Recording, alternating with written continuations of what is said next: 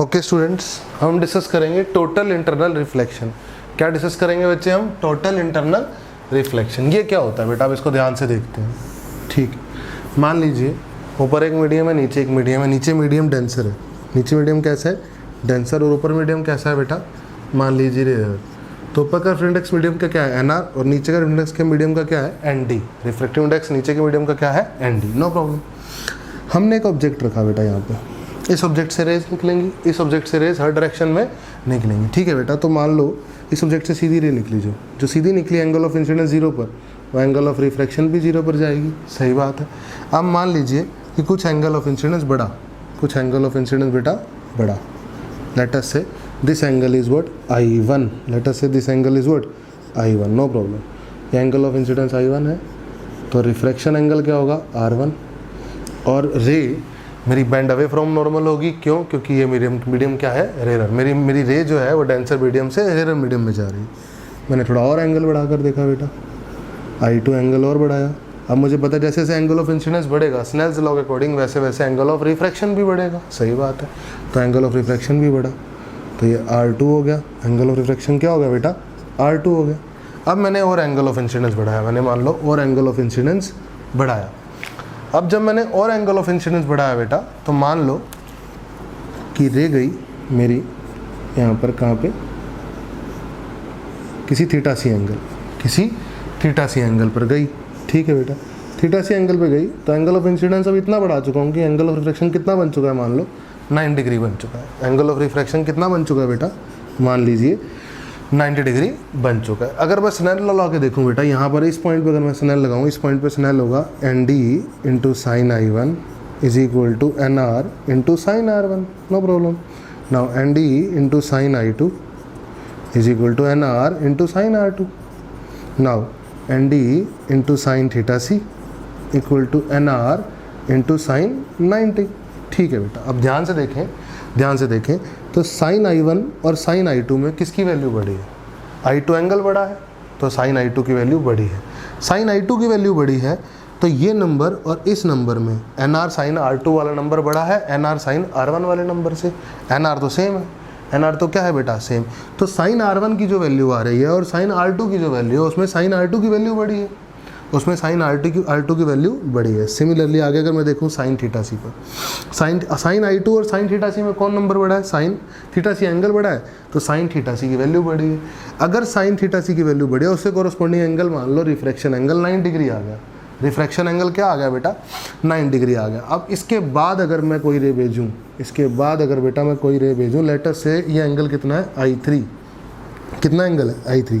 तो ND sine I3 is equal to NR sine R3 मान लीजिए। साइन R3 अब हम बहुत अच्छे जानते हैं बेटा, साइन 90 मैक्सिमम वैल्यू होती है 1।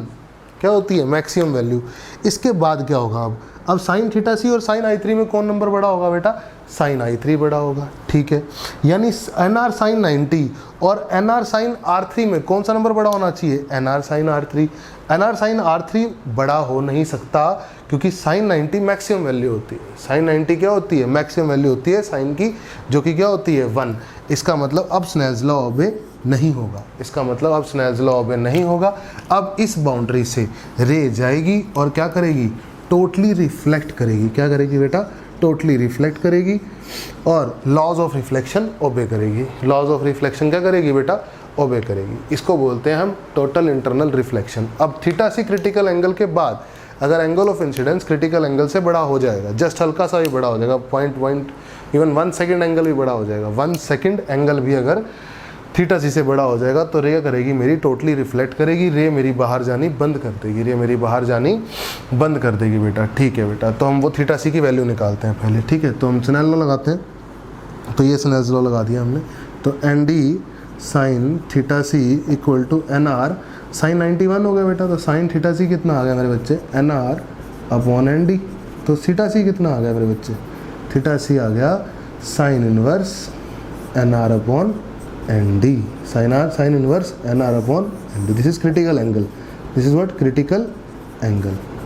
क्रिटिकल एंगल कौन सा एंगल है बेटा? क्रिटिकल एंगल वो एंगल है कि अगर मैं लाइट को भेजूँ डेंसर मीडियम से रेयर मीडियम की तरफ, तो angle of incidence critical angle वो होगा एंगल जिस पर एंगल ऑफ रिफ्रैक्शन क्या होगा मेरा 90 डिग्री होगा। एंगल ऑफ रिफ्रैक्शन क्या होगा 90 डिग्री होगा, और उससे जस्ट हल्का सा एंगल बढ़ाते ही क्या होगा बेटा, मेरी रेज टोटली रिफ्लेक्ट करेंगी, किसी दूसरी बाउंड्री में, किसी रेयर मीडियम में एंटर नहीं करेंगी। अब रे क्या करेंगी, मेरी टोटली रिफ्लेक्ट करेंगी। इसी को बोलते हैं हम, इस फिनोमेनन को बोलते हैं हम टोटल इंटरनल रिफ्लेक्शन। इस फिनोमेनन को क्या बोलते हैं बेटा हम, टोटल इंटरनल रिफ्लेक्शन। अब आता है बेटा इसमें angle of deviation. Angle of deviation मुझे पता होना चाहिए, एंगल ऑफ डेविएशन क्या होता है। ठीक है बेटा, एंगल ऑफ डेविएशन। तो हम पहले बात करते हैं कि क्रिटिकल एंगल से छोटे एंगल के लिए थीटा सी की वैल्यू क्या है। एंगल ऑफ इंसिडेंस की वैल्यू क्रिटिकल एंगल से अगर छोटा एंगल है तो बेटा रे मेरी रिफ्रैक्ट कर रही थी, रे मेरी रिफ्रैक्ट कर रही थी, तो मान लीजिए इसी को ले ले रहे हैं, इसी को ले ले रहे हैं मान लो।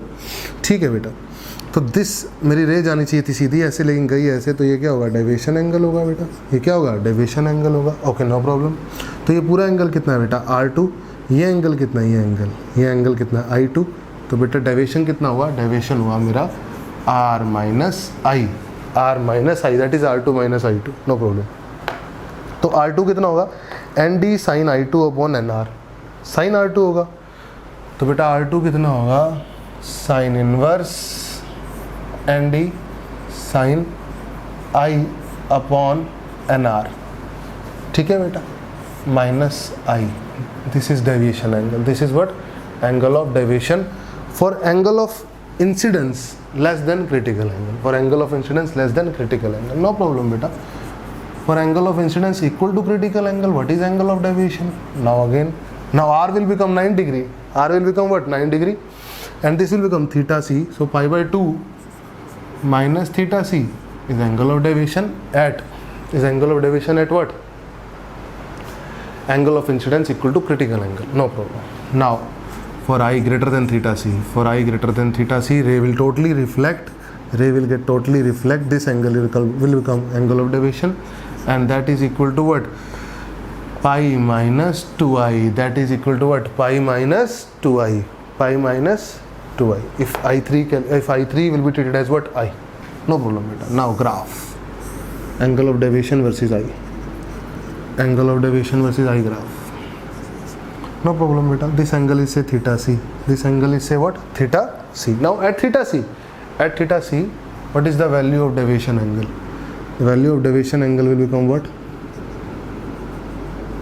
pi by 2 minus theta c, pi by 2 minus theta c, no problem beta. Now for less than angle of critical angle, for less than angle of incidence less than critical angle, angle of deviation will become what, sin inverse of this function minus I, no problem बेटा।